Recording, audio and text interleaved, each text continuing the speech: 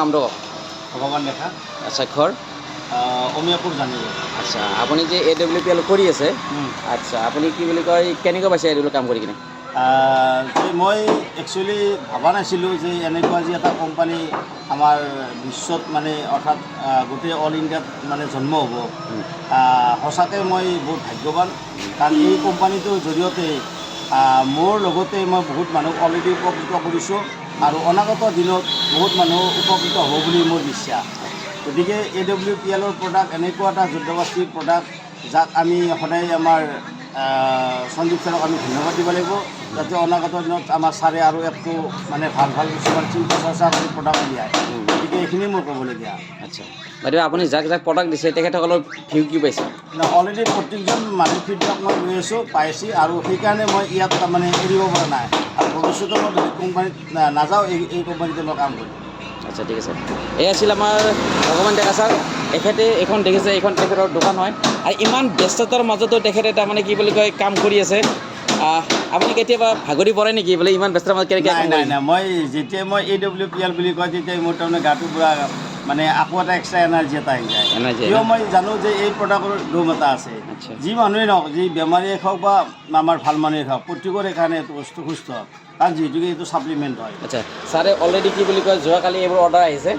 আচ্ছা আচ্ছা মৰিগাঁৱৰ পৰা অৰ্ডাৰ আহিছে হয় নেকি? মৰিগাঁও নে আপোনাৰ নগাঁও আছিলে? নাই, মৰিগাঁও। মানে আচ্ছা কিছু সময়ত আগতে মোক অলৰেডি অৰ্ডাৰ দিছে, গতিকে মই গধূলিৰ আগে মই অৰ্ডাৰটো কৰিলোঁ। আচ্ছা আচ্ছা গতিকে অলৰেডি এখিনি আহিল মোৰ 7,730 টকাৰ। আকৌ আজি 6,600 টকাৰ মানে অলৰেডি অৰ্ডাৰ এটা হ'ল। আচ্ছা আচ্ছা আজি আমাৰ ডেকা ছাৰৰ তাৰমানে যে ভতিজাই হয়, তেওঁ আজি প্লেন চালে আৰু কি বুলি কয় হেৰি কেনেকৈ পাইছে আমাৰ প্লেন? তোমাৰ নামটো কোৱা। মোৰ নাম জুমন ডেকা। আচ্ছা প্লেনখিনি চাই ভালে লাগিছে। বহুত টান নেকি বাৰু? টান নহয়, সহজে গোটেইখিনি। আচ্ছা জইনিং টান নেকি? নাই সহজ ন?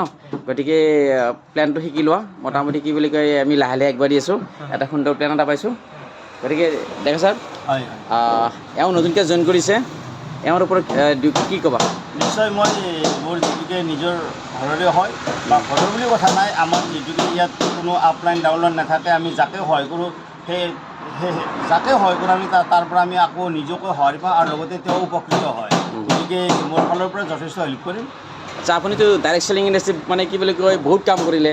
আচ্ছা আগত যি ডাইৰেক্ট চেলিং এক্সপিৰিয়েঞ্চ কৰিছিল তাৰ মানে কি প্লেন প্ৰেজেণ্টেশ্যন বা এইটোৰ আপোনাৰ ডিফাৰেঞ্চ কি দেখিছে আপুনি?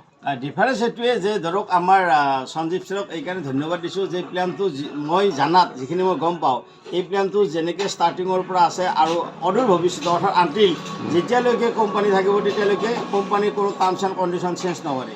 এইটো এটা বিৰাট ডাঙৰ প্লাছ পইণ্ট। কিন্তু আদাৰ কোম্পানীত এইটো হয় যে ষ্টাৰ্টিঙত খুব ভাল দেখে, তাৰপিছত মাজতে আকৌ প্ৰডাক্টবিলাকৰো গেটআপবিলাক বদলাই দিয়ে আৰু MRPও বদলাই দিয়ে, BP বদলাই দিয়ে, যাৰ কাৰণে আমি টিম কৰিও তাৰমানে ভাগৰি যাওঁ। কিন্তু এইটোত এটাই প্লাছ পইণ্ট যে আমাৰ কোনো দিনেও কোনো কাৰণতে প্লেন চেঞ্জ নকৰে, এইটো কোম্পানীৰ প্ৰতিশ্ৰুতি। সেইকাৰণে মই AWPLক ধন্যবাদ।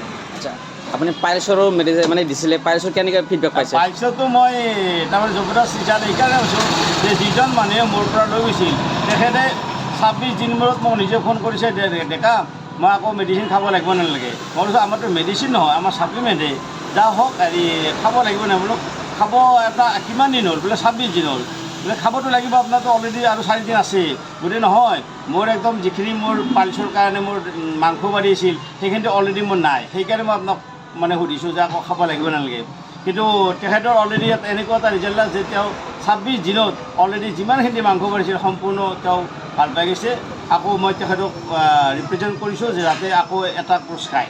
গতিকে তেখেতে আৰু খাব লগা নহ'লে এটা কোৰ্চতে সম্পূৰ্ণ হেৰি হৈ গৈছে। যিসকলে AWPL আদি লগাই কিনে মোটামুটি আপোনাৰ চিন্তা কৰি আছে মই ছাকচেছ হ'ম নে নহ'ম, আচ্ছা তেখেতসকলক কি কয় আপুনি? নাই এইটোতো নিশ্চিত যে AWPL যিয়ে ID লগাইছে তেওঁ এদিন হ'লেও ছাকচেছ হ'ব।